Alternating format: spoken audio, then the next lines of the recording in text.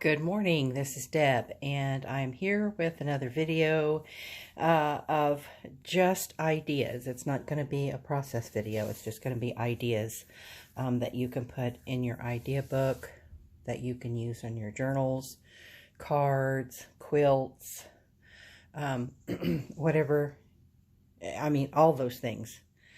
So I may have to move the camera a little bit here and there to get it all in. But these smaller things are kind of hard to see if I don't have the camera down closer. So the first thing I want to show you is, you'll remember that the last video I showed you how to use stamps and using them with the hexagons. So you may use paper hexagons for your paper crafting, or you may use hexagons in quilts, or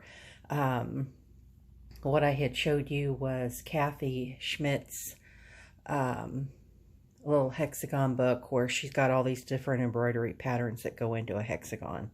So I showed you how to use little stamped images on your hexagons if you didn't want to do embroidery. But anyway, so this is kind of an extension of that. So one of the things that I do is to use very small stamps such as this. This is Hero Greetings by Hero Arts. But you can see that they're all what you would typically put on the back of a card or something, you know, made by me just for you. This one's cute. Of course I made it. And handmade with love, a cute little UPC code. I got this recently, in fact, at Joann.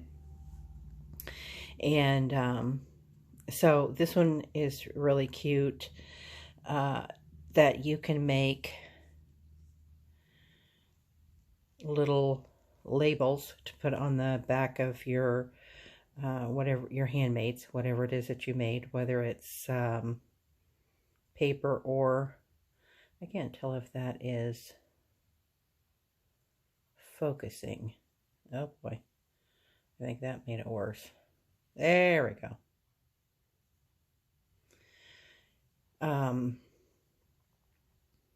And I just take strips of, in this case it happens to be old linen, a piece of old linen, and I tore it into strips and then did my stamping.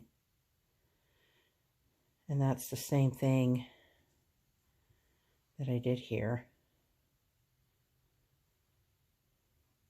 This is polka dot fabric, which looks very springy, and then it doesn't always have to be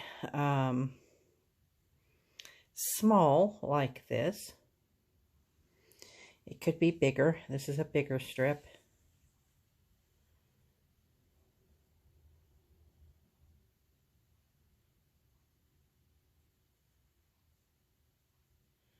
Like this. And then this one is a bigger one. Again, I can't see if that's in focus.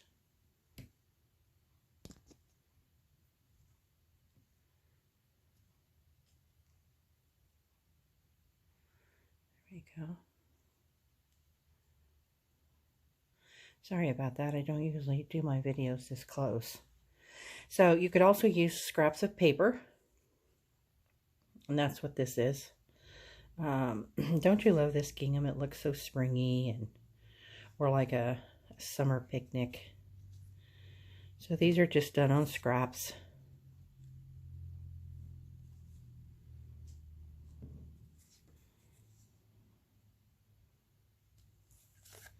Just that little extra dimension, something really cute to add to your craft, whatever it is that you do. And I always, when I stamp, I use a foam mat. I mean, you can even get those foam sheets in your packaging, and I've used those before. That looks like this, and it works. But just something soft, because I think you get a clearer image and a more consistent image if you have something soft behind whatever it is that you're stamping. Another one, let's see, I showed you that one already. And then this is, I really like to use the clear, because then you can see placement easier. But I don't always use clear. So as example, this one is not clear. I am not a good stamper, so, you know, it's always a crapshoot for me. But these are, let me pull these over here and then you can just see them. They're all different sizes. This happens to be a Stampin' Up! Set that I've had quite a number of years. Now this didn't come with it, just a little small, like this one. It says, for you. So just ones that are little. This one's a Cartabella, and it's got small images. So look through your stamps, see what you've got, if you choose to do this type of a project. And see these cute little words that are on here. I like this one a lot. I also recently got this one at Joann, over in the $2.99 bin. And it's got really cute, that little, oh, looks better on this side. This little alpaca's cute, or whatever he is. A little flower. You can use a combination of things. So that's one project that I wanted to show you that it's quick and easy to do. I don't use black. This one happens to be smoky gray. And I really recommend the VersaFine, because they are able to do the very fine detail of these smaller stamps in a very crisp way. This is a great ink. It's really important that you know what your ink is intended for. However you say Tsukineko, or whoever it is that the Seuss. Yeah, it's the Chinese company that starts with a TSU. Tsunami or whatever it is. They do most of the inks, but some inks, and if you read the back, it'll tell you how you use them. So a lot of folks use StazOn, and StazOn is great if it's a non-porous project. It's really not intended for paper, according to the manufacturing company. So it's important that you read, you know, the back, so that you know what it's intended for, or do a little research. I also like Stampin' Up. Their stamp pads are juicy, very reasonably priced. This one happens to be Mossy Meadow. I like this dark color. So it's dark enough to be seen, but it's a pretty color. So that is that I wanted to show you. Let me move these things up and get those out of the way. So the next thing that I wanted to show you was a really great idea that I got from my friend Yasi, and she sent me something that I would really like to share with you, because it's just, I think it's a great idea, and I wanted to show it to you. So many times, if I am just going to include a note in with a package, or, you know, if you just want to tuck a small note into a journal pocket, so it's basically a journaling card. But that journaling card can be used for so many other ways, and that's what Yasi has done here. So she has taken and made a collage, and then on the back she has written to me and included that in to the package that she sent to me. And I just think that is such a phenomenal idea that I wanted to share it. You know, the idea of a collage that you have made, and then a note on the back is so personal and so lovely. I really like this idea. And so I thought that you may like it as well. And so I decided to share it with you. And then, you know, if you were to keep it flat like she has and not put any buttons or, you know, anything with that's all bumpy, you could send that through the mail without any problems. You know how the mail, it's just so costly right now. But, you know, you could really do a nice card, just a flat card like this. And I think that's just a tremendous idea. Thank you so much, Yasi, for allowing me to share that and for sending it to me. The next thing that I want to show you is my, this is where I might need to move well, that's not bad, the camera up a tad. Let's see. Okay, so that's a little better. Probably not going to get the whole thing in there. So this is my idea book that we've been working on, or that I've been working on or sharing with you. You'll remember that I took a Dollar Tree composition notebook. I cut the pages out, and I'm using the binding as the base of my book. So, or not the binding, but the book cover I'm using as the cover of my book. And I just cut it down to size. I then, and then there's a video in the past, in the recent past, how I sewed all these strips together on a batting base. And then I put eyelets and an elastic holder, because I want to utilize these kind of books as an idea book. So this is my idea book cover. And this is what the idea books are. I got them on Amazon. They've got blank pages. And so that way I can either write notes, I can, you know, glue things in it. Like I could put this in here as an idea. So you know, so that way when this one is full, I can take it out. It's like a traveler's notebook. I can take it out, put a new one in.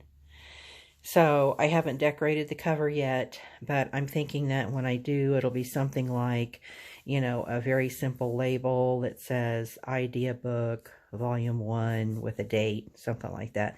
And then if I have ideas that I want to put on the cover, then I can put it on the cover. So, and I wanted to, as I had mentioned in my last, or in the video about this, I wanted to have a soft cover like this, so that when I make dangles and, you know, different things like that, things with dimension, I can put them on this soft cover, and then I'll frou-frou up my cover as well. So anyway, that was my plan with that. I'm would be interested to see your covers. If you're making an idea book, I would really like to see how you're coming along with that and what your ideas are. Okay, so the last thing that I want to show you is a project that I did on the primitive group that we have quarterly Happy Mail partners.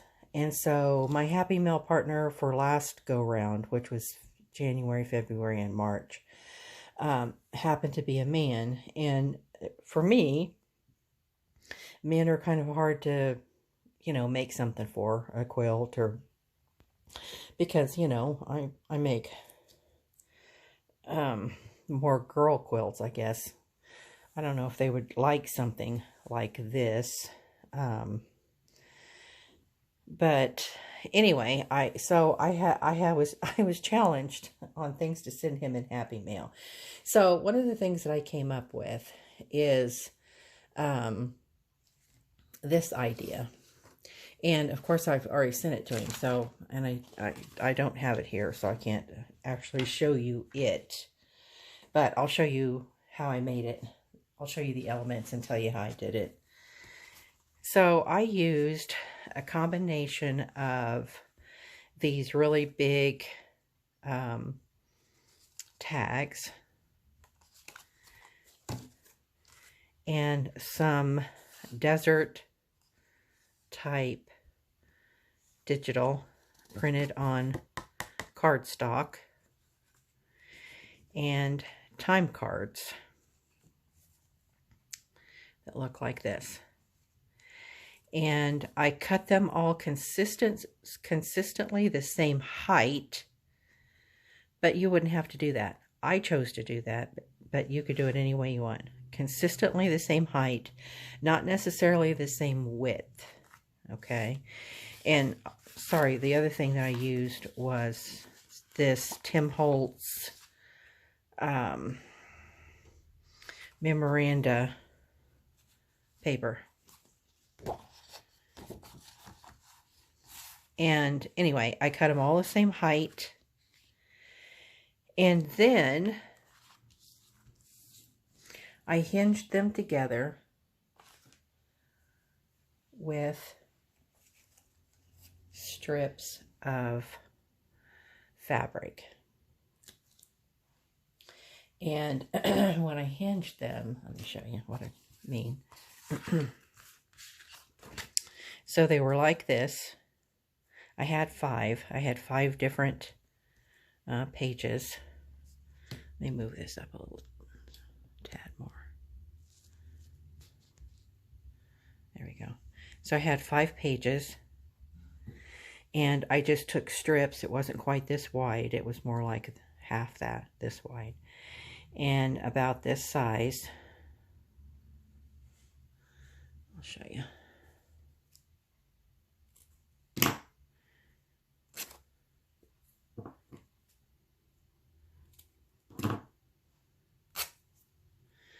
And I just glued them on like that as hinges. And then I was able to go to town decorating them. So like this, I think that I did this side, I hinged on this side. No, I hinged them all this way. So all the fronts have got hinges like this. And then on the other side, I hinged them in the very same place so that they were well hinged. And then what happens is when you hinge them, they accordion out like this. Now this one I did a little differently. I used circles, or I cut holes, and I used ties instead of this kind of a hinge. I felt like this was a little more manly to use this kind of a hinge. And so, but I mean, it turned out awesome. I really like how it turned out. So, and in this case, his was a little different. But let's see if I can't get this folded up. Okay, so wait, it's like this. So this is the front, and the front one is, as you can see, is a little bigger. You may recognize this project as the tags that we made in the tag challenge. And I always wanted to do something really cute because they're just so cute with those. I used magazine things that I cut out of magazines, phrases and pictures and things like that, some washi tape, little strips of fabric. And so I always wanted to do something with the tags. So I went ahead and decorated both sides, because in the tag challenge I only did one side. And then I hinged them together. And this makes a cute little journal or a card, you know, whatever it is that you'd like to use it for. You could tuck it inside of a pocket in your journal. So it's kind of a cute little thing, something different. And here are some ideas. I had some other ideas on things that you could use, but wouldn't it be cute if you hinge together like postcards, or what do you call those, flashcards? And of course these have got really pretty backs, so you could alter them, and then when you fold them out they would be altered or alternated. I have a bunch of vintage postcards, and I don't want to glue these down because as you can see there's handwriting on here. So I don't want to glue these down into a book or whatever. I want to keep them in their, keep their integrity. So you could use the same concept as far as putting a hole. You could put a really tiny ribbon instead of this size rag. You could use a really fine ribbon to kind of go along with the Easter theme, maybe in pink or purple, one of the pastels. And then when you decorate the card, you don't want to cover up, or at least I don't, this beautiful image or the writing that's on the back. So you could just add lace like that, some little see-through lace, and that's not going to cover up your image. You could use little frou-frous like that. You could put a button. So there's all kinds of ways that you can decorate these type of cards without covering up the card itself. And you know, you've got this space in here that you could, you know, you could even put a little collage. You could put some washi tape or, you know, whatever in these empty spaces where there's no writing. So that's an idea. Wouldn't you like to be able to send United States and Canada 1 cent, foreign 2 cents? Those days are gone, my friends. Thus, the great idea that Yasi sent and help on those postage costs, because wow, it's just crazy. And our postman says the postage is getting ready to go up significantly, especially to other countries. So, all right, so that is that's all the ideas I have to share for you today. And you are welcome to put these in your idea book. So like, you know, you could put some of your little stamped things in there as a reminder. All kinds of things that you could put in there. I didn't put pockets in here, but if I did, you know, you could even slip that in there. But that's really kind of big. Anyway, So those are the ideas that I have for you this week. I still want to come back and show you how to, or show you the button, how to make buttons using that heavy, it's, oh gosh, I've already forgotten the name of it. My memory, I'll tell you, it's like a sieve. It's like I don't know what it is. So, but I'm going to make another video so I can show you it as promised. I still want to do a closure video, but spring is really busy for us. That's when all of our birthdays, all of our anniversaries, everything hits starting in February. And so it's, you know, it's constant doing this or doing that. You know, Friday was our 50th wedding anniversary. And so, you know, we had lots of things going on with that, which is why I'm late doing this video. And, you know, our middle granddaughter is in theater.